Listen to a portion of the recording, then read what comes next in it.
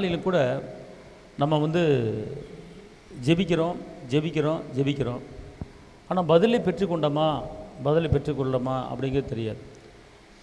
இன்றைக்கி வந்து பரிதிமை பிறைய கொண்டு தாவீதின் குமாரன் எனக்கு இறங்க என்று கேட்டபோது உடனே இயேசு இறங்கி நின்று உடனே பார்வை கொடுத்தாரு. இயேசு வந்து இந்த பூமியில் இருக்கும்போது கேட்டதுக்கு உடனுக்குடனே அனுப்பதான் கொடுத்தாரு. எங்கேயாவது ஒரு இடத்துல நீ போயிட்டு அடுத்த வாரம் வா, நீ அடுத்த மாதம் வா, நீ இன்னும் 2 நாள் கழிச்சு வா அப்படின்னு இயேசப்பா யாரையுமே சொன்னதில்லை. இயேசுக்கிட்ட வந்த ஆளுக்கு உடனுக்குடன் அதே ஸ்பாட்லேயே மிரக்கல், பெரும்பாடல் ஸ்திரிக்கு அதே ஸ்பாட்டில். அப்போ இயேசப்பா வந்து இல்லைன்னே சொல்ல மாட்டார், செய்வார். அப்போ இன்றைக்கி நம்ம மட்டும் கேட்கும்போது ஏன் வந்து ஜெபத்துக்கு பதில் கிடைக்கல? பிள்ளைகளுக்கு ஜெபிக்கிறோம், குடும்பத்துக்கு ஜெபிக்கிறோம், தொழிலுக்கு ஜெபிக்கிறோம், வருமானத்துக்கு ஜெபிக்கிறோம், சமாதானத்துக்கு ஜெபிக்கிறோம், ஆனால் வரல. அப்படின்னா இன்றைக்கி வந்து ஒரு காரியத்தை குறித்து நீங்கள் இயேசப்பாட்ட ஜெபிக்கிறீங்கன்னா, ஜெபிக்கும்போது 40 நாளுக்குள்ளே உங்களுக்கு பதில் வரலன்னா நீங்கள் அதை ஆராய்ச்சி பண்ணணும். ஒரு குடும்பத்தில் வந்து நீங்கள் வந்து ஒரு காரியம் ஜெபிக்கிறீங்க, பிள்ளை வேலைக்கு ஜெபிக்கலாம், அல்லது பிள்ளை திருமணத்துக்கு ஜெபிக்கலாம், அல்லது நல்ல நிரந்தர வருமானத்துக்கு ஜெபிக்கலாம். ஆனால் நீங்கள் ஜெபிச்சும் பதில் வரல அப்படின்னா அதுக்கு என்ன காரணம்னு கண்டுபிடிக்கணும். அதான் உங்களுக்கு டைம் வந்து 40 நாள் தான். ஒரு ஜெப குறிப்புக்கு 40 நாள். மற்றதெல்லாம் சொல்லலை, தேசத்துக்கு சொல்லலை, நாட்டுக்கு சொல்லலை, வேறு எதுக்கும் சொல்லலை, உங்களுடைய குடும்பங்களுக்கு, உங்கள் குடும்பத்துக்கு, உங்கள் பிள்ளைக்கு நீங்கள் ஜெபிக்கிறீங்க, உங்கள் வேலைக்கு ஜெபிக்கிறீங்க, கடன் பிரச்சனை அடையணும் ஜெபிக்கிறீங்க, அடகு வச்சதை திருப்பணும் ஜெபிக்கிறீங்க, இதெல்லாம் ஜெபிக்கிறீங்க. ஆனால் அதுக்கு பதில் வரணும். பதில் என்ன செய்யணும்? வரணும். பதில் வரல அப்படின்னா என்ன காரணம், அதுக்குண்டான ரீசன் என்ன அப்படிங்கிறத கண்டுபிடிச்சி அதை சரி பண்ணிட்டு நம்ம என்ன செய்யணும் கேட்கணும். நம்ம கேட்டுக்கிட்டே இருப்போம் வருஷக்கணக்காக. அவர் ரெட்டிப்பான நன்மை தருவேன், இன்றைக்கே தருவேன் வாக்கு பண்ணியிருக்கிறார். கேளுங்கள் கொடுக்கப்படும், தட்டுங்கள் திறக்கப்படும், கேட்கிற எவனும் அப்படின்ட்டு. எப்படி போடுறாருன்னா, கேட்கிற எவனும் அப்படின்ட்டார், யாராக இருந்தாலும் சரி நான் தருவேன் அப்படின்ட்டார். அப்படின்னா கேட்டு ஏன் கிடைக்கல, கேட்டு ஏன் வரல அப்படின்னா நம்ம சிந்திக்கணும். என்ன காரணம், நம்மகிட்ட என்ன குறைபாடு இருக்குது, நம்ம எதை நினச்சி பேசுகிறோம், எதனை ஜெபிக்கணும் கண்டுபிடிச்சி அதை மாற்றி அமைக்கணும். அதுக்கு பரிகாரம் செய்யணும். பரிகாரம்னா பரிகாரம் இயேசு தான். அவர்கிட்ட மன்னிப்பு கேட்கணும், அல்லது அவர் ரத்தத்தால் சுத்திகரிக்கப்படணும். அப்போ என்னன்னா நம்ம இதயத்தை பார்க்கணும். வாசிங்க சங்கீதம் 66:18.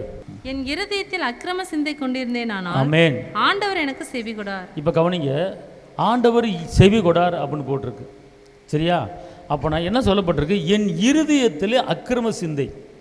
அப்படின்னா இந்த அக்கிரம சிந்தை எங்கே இருக்குது அப்படின்னு கேட்டால், இந்த எண்ணங்கள், இப்போ நம்மகிட்ட ஒரு தவறு இருக்குது, ஒரு பாவம் இருக்குது, அடுத்தவனை குறித்து ஒரு தவறான எண்ணம் இருக்குது அப்படின்னா எங்கே இருக்குதுன்னு கேட்டால் எண்ணத்தில், சிந்தையில் இருக்குது, மைண்டில் இருக்கும், ஆவியில் இருக்கும். அப்போ என்ன சொல்கிறாரு? உன் இருதயத்தில் என் சமூகத்துக்கு வரும்போது நீ ஜெபிக்கும்போது அக்கிரமமான சிந்தை இருக்குமானால் நீ ஜெபிக்கிறது பதில் கிடையாது. அப்போ நீங்கள் என்ன செய்யணும்? ஃபஸ்ட்டு வந்து நம்ம ஜெபிக்கிறதுக்கு முன்னால் நம்ம இதயத்தை ஆராய்ச்சி பண்ணி பார்க்கணும். அக்கிரமம் என்றால் என்ன? அது விளக்கம் தேவையில்லை. அக்கிரமம் என்னது? அநியாயம், அட்டுழியம், துர்மார்க்கம், தேவனுக்கு விரோதமான காரியம், பொய், பித்தலாட்டம், துரோகம், வஞ்சிக்கிறது, இதெல்லாம் பெரிய அக்கிரமம். பார்த்துக்கொள்ளுங்க. இப்படிப்பட்ட அக்கிரமமான காரியங்களை உள்ளத்தில் வைத்துக்கொண்டு நாம் ஜெபிக்கும் போது கர்த்தர் சொல்கிறார், என்ன சொல்கிறாரு? அக்கிரம சிந்தையோடு நீ ஜெபித்தால் உன் ஜெபத்துக்கு என்ன செய்ய மாட்டேன்? பதில் கொடுக்க மாட்டேன் அப்படிங்கிறார். இன்னொரு இடத்துல சொல்கிறார், ஏசி 59:1-2, ரசிக்கக்கூடாதபடிக்கு என் கை குறுகி போகும்ல, கேட்கக்கூடாதபடி செவி மந்தாமல்ல, உங்கள் பாவங்களை எனக்கு உங்களுக்கு நடுவாக என்ன உண்டாயிருக்கிறது. அப்போ என்ன சொல்கிறாரு? என் காது ஒன்று செவிடு இல்லைப்பா, கேட்க தான் செய்யுது, ஆனால் நீ சொல்கிறத நான் கேட்குறேன், ஆனால் கேட்டு உனக்கு நான் செய்ய முடியல. ஏன் என்று கேட்டால் உங்கள் பாவங்கள் எனக்கும் உங்களுக்கும் நடுவாக பிரிவினை உண்டாயிருக்கிறதுன்னு சொல்கிறோம். அல்லேலூயா. பாவங்கள் வந்து ரோமர் 14:23, விசுவாசத்தில் வராத யாவும் பாவம், தீய நோக்கம் பாவம், பிறனை அவமதிக்கிறவன் பாவம் செய்கிறான், சொற்கள் மீதியால் பாவம் இல்லாமல் போகுது. இப்படிப்பட்ட பாவங்களை வைத்து கொண்டு நாம் கேட்கும்போது பதில் கிடைக்காது. மாறாக அதுக்கு என்ன செய்யணும் அப்படின்னு கேட்டால், இப்படிப்பட்ட பாவங்களை, தன் பாவங்களை அறிக்கையிட்டு விட்டு விடுகிறவன் இரக்கம் பெறுவான், மறைக்கிறவன் வாழ்வு அடைய மாட்டான் அப்படின்னு சொல்லப்பட்டிருக்கிறது. அப்போ ஒருவன் தன்னிடத்தில் பாவம் இல்லை என்று சொன்னால் தன்னைத்தான் வஞ்சிக்கிறான்னு சொல்லப்பட்டிருக்கு. அப்போ அந்த பாவத்தை அறிக்கையிட்டு கேட்கணும். இரண்டாவதாக நீதிமொழிகள் 28:9, வேதத்தை கேளாதபடி தன் செவியை விலக்குகிறவனுடைய ஜெபமும் அருவருப்பானது. பார்த்தீங்களா? வேதத்தை கேளாதபடி செவியை விலக்கு கொண்டு ஜெபம் என்னது? அருவருப்பானது. அப்போ ஜெபத்தை வந்து ஏற்றுக்கொள்கிறவர், ஜெபத்தை தள்ளாதவர், அவர் இப்படி சொன்னவர் சொல்கிறாரு, உன் ஜெபத்தை நான் என்ன செய்கிறேன்? அருவருக்கிறேன்னா, சிச்சி பக்கத்தில் வராது, தள்ளிப்போ, எனக்கு அருவரு பக்கத்தில் வராது, நாற்று எடுக்குது, ஓடி அப்படின்னு சொல்கிறேன் தெரியுமா, அதுக்கு பேர் தான் அருவருப்பு. அப்போ அவர் சொல்கிறாரு, உன் ஜெபத்தை நான் என்ன செய்கிறேன், அருவருக்கிறேன். ஏன் அருவருக்கிற அப்படின்னு கேட்டால், வேதத்தை என்னது கேளாதபடி, வேதத்தை, அப்போ வேதத்தில் இருக்கிற காரியத்தை நம்ம கேட்டு அதன்படி நடக்கும்போது தான் அவர் சொல்கிறாரு ஜெபத்துக்கு பதில் கொடுப்பேன். அப்போ இப்படிப்பட்ட வேதத்தை கேளாத காரியங்கள் நம்மகிட்ட இருக்கா என்பதை பார்க்கணும். மூன்றாவதாக யோபு 35:13, தேவன் வீண் வார்த்தைக்கு செவிகொடார். தேவன் வீண் வார்த்தைக்கு செவிகொடார். சர்வ வல்லவர் அதை கவனியார். பாருறா, கவனிக்க மாட்டாராம்ல. வீண் வார்த்தைக்கு செவி கொடுக்க மாட்டாரா, சர்வ வல்லவர் அதை என்ன செய்ய மாட்டாரா, கவனிக்க மாட்டார். பயமாக தான் இருக்குது. வீண் வார்த்தை ஜெபத்தில் வந்து வீண் வார்த்தைகள், அதாவது ஜெபத்தில் கர்த்தரை துதிக்கணும், கர்த்தரை ஸ்தோத்திரிக்கணும், கர்த்தரை ஆராதிக்கணும். அடுத்து நம்ம எப்படி கேட்கணும் அப்படிங்கிறது வேதத்தில் யாரெல்லாம் எப்படி கேட்டார்களோ அதன்படி நம்ம கேட்கும்போது அவர் செவி கொடுப்பார். வீண் வார்த்தையை என்ன செய்யக்கூடாது, நம்ம சொல்லக்கூடாது. அடுத்தவர்களை பற்றி இப்போ அண்ணாலம்மா வந்து ஜெபிச்சாங்க. அண்ணாலம்மா வந்து ஜெபிக்கிறதுக்கு முன்னால் பல நிந்தைகள், பல சக்களத்தி, உனக்கு குழந்தை இல்லை, நீ மலடி, நீ பிள்ளையை பெற்றுக்க மாட்ட, நீ எல்லாம் எதுக்கு வீட்டில் இருக்க, உனக்குலாம் குழந்தை பிறக்கமாக்கும் பா அப்படின்னு சொல்லி அப்படி மனம் அடிய வைத்து ஒரு நிந்தையோட அவமானத்தோடு தான் இருந்தாங்க. அப்போ அவங்களுக்கு என்னை வந்து நிந்தனைக்கு உட்படுத்தின அந்த அம்மாவை, என்னை அவமானத்துக்கு உட்படுத்தின அந்த அம்மாவை எப்படினாலும் பழி வாங்கணும்டா, எப்படினாலும் அந்த அம்மா ஊரை விட்டு ஓட வைக்கணும்டா அப்படிங்கிற எண்ணங்கள், சிந்தைகள் அந்த அண்ணால் அம்மாவுக்கு கிடையாது. அவங்க தான் அவமானப்படுத்துனாங்க. ஆனால் ஆலயத்துக்கு வர்றாங்க, ஜெபிக்கிறாங்க. அவங்க ஜெபிக்கிற ஜெபம் அதில் ஊடால நீங்கள் நல்லா கவனித்து கொள்ளுங்க, எந்த ஒரு வீண் வார்த்தையும் அதில் கிடையாது. அதாவது அடுத்தவங்களை குற்றப்படுத்தி பேசக்கூட அந்த ஜெபத்தில் கிடையாது. என்னை வந்து அவள் வந்து இப்படி வைரா, என்னை திட்டுற, அவமானப்படுத்துகிறா, எனக்கு மட்டும் இந்த நிலமை, அவளை நீங்கள் எதாவது ஒன்று பண்ணக்கூடாதா அப்படிலாம் அண்ணால் கேட்டிருக்கலாம். அண்ணாலம்மா அப்படி கேட்கவே கிடையாது, கேட்கவே இல்லை. எனக்கு ஒரு ஆண் மகனை கொடுத்தால் அவன் தலையில் சவரகத்தி படுற வரைக்கும் படாமல் நான் கொண்டு வந்து ஆலயத்தில் விட்டுறேன் அப்படின்னு சொல்லி ஒரு பொருத்தனை ஜெபம் பண்ணினார்கள். ஜெபத்தை கர்த்தர் கேட்டார். இதுதான் ஜெபம். அப்போ இதே போல் தான் நம்மளும் பண்ணணும், பார்த்துக்கொள்ளுங்க. வீண் வார்த்தைகள், மருமகளை பற்றியோ, மாமியாரை பற்றியோ, பக்கத்து வீடை பற்றியோ, எழுத்து வீடை பற்றியோ, அவன் அப்படி செஞ்சால் நல்லா இருக்கான், இவன் இப்படி செஞ்சால் நல்லா இருக்கான், எனக்கு மட்டும் இந்த நிலைமை, நான் ஞானசனம் எடுத்துகிட்டேன், ரசிக்கப்பட்டுட்டேன், இன்னும் ஒரு விடிவுகளை எனக்கு பிறக்கலையே, உலகத்தில் அநியாயம் பண்ணிக்கிட்டு இருக்கேன், அட்டவணையும் பண்ணிக்கிட்டு இருக்கேன், அவன் வாழ்க்கையில் முன்னேறி போய்கிட்டு இருக்கிறான், என் வாழ்க்கையில் ஏன் முன்னேற்றம் இல்லை, ஏன் எனக்கு ஒன்றும் புரியல, என்ன ஆண்டவர் ஏன் இப்படி செய்கிறீங்க அப்படிலாம் இந்த மாதிரி வீண் வார்த்தைகள் உள்ளே நுழைக்கக்கூடாது. செத்தாவன் நரத்துக்கு போவான், நம்ம செத்தா பரலத்துக்கு போவான், அது நம்மளுக்கு தெரியுமா?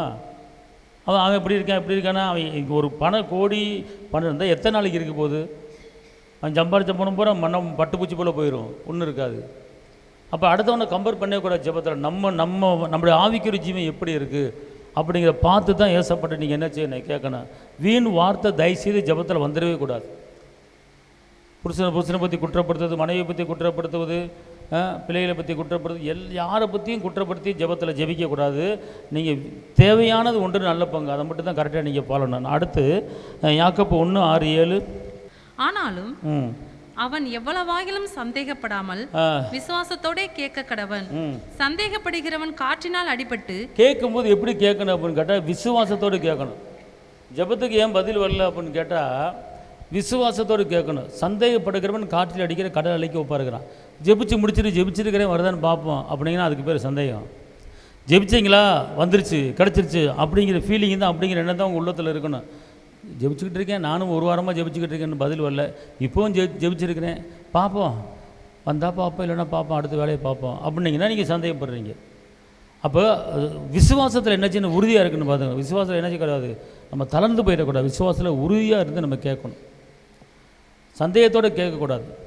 தருவார் இல்லை, விசுவாசம் என்னது, இல்லாததை இருக்கிறது போல் அழைக்கிறதுக்கு பேர் தான் விசுவாசம்.